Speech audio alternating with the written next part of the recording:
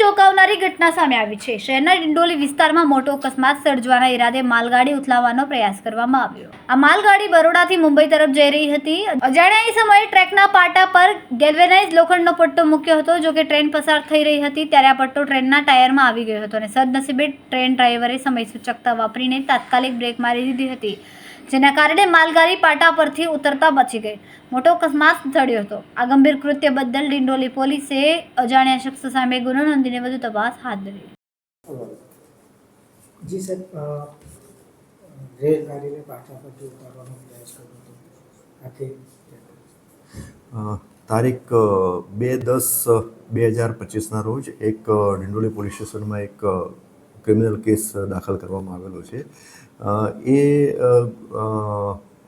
કેસમાં જે હકીકત જે છે, ફરિયાદની હકીકત મુજબ તારીખ 29/9/2025ના રોજ એક માલવાહક ટ્રેન જે છે એ વડોદરાથી મુંબઈ તરફ જઈ રહેલી હતી અને એમણે ઉધના ક્રોસ કરી અને ભેસ્તાન તરફ જઈ રહી હતી। ત્યાં વચ્ચેના ભાગમાં એટલે ડિંડોલી પોલીસ સ્ટેશન વિસ્તારનો જ્યુરિસ્ડિક્શન લાગે છે, એ વિસ્તારમાંથી પાસ થઈ રહી હતી। એમાં એકદમ અવાજ આવ્યો। રાત્રે આશરે 8:45 વાગ્યાની આસપાસનો બનાવ છે।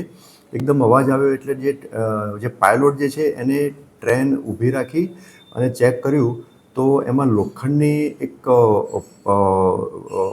પ્લેટ જે છે, લોખંડની લાંબી પ્લેટ, એ ટ્રેનના આગળના ભાગે અથડાયેલી હતી।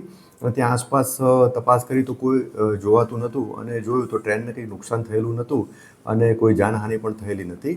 એટલે એમાં જે પાયલોટ જે છે એમને સિનિયર ઓફિસરને જાણ કરી અને જે અનુસંધાને એક સિવિલ એન્જિનિયર જે છે એમણે આ ફરિયાદ જાહેર કરેલી હતી। ફરિયાદ આધારે ગુનો દાખલ કરવામાં આવેલો હતો। હાલ ગુનો અનડિટેક્ટ છે।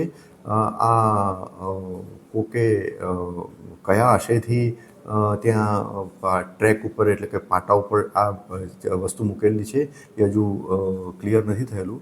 હાલમાં ગુના દાખલ થયા પછી ગુનાની તપાસ હાલમાં ચાલુ છે। જે પાટા ઉપર જે પટ્ટી મૂકવામાં આવ્યું હતું, કેટલા ફૂટની હતી, કઈ રીતની લંબી હતી અને કેમ મૂકવામાં, કઈ કારણ? હા, આ જે ચેનલ, જે લોખંડની ચેનલ મૂકવામાં આવેલી હતી એની લંબાઈ આશરે 7 ફૂટની હાલ તપાસ દરમિયાન જણાઈ આવેલ છે અને આ ગુનો અનડિટેક્ટ છે। એટલે કોઈ વ્યક્તિએ મૂકેલી છે અથવા તો શરત ચૂકથી ત્યાં રહી ગઈ છે, એટલે એ બાબતમાં હજુ તો ક્લેરિટી છે નહીં।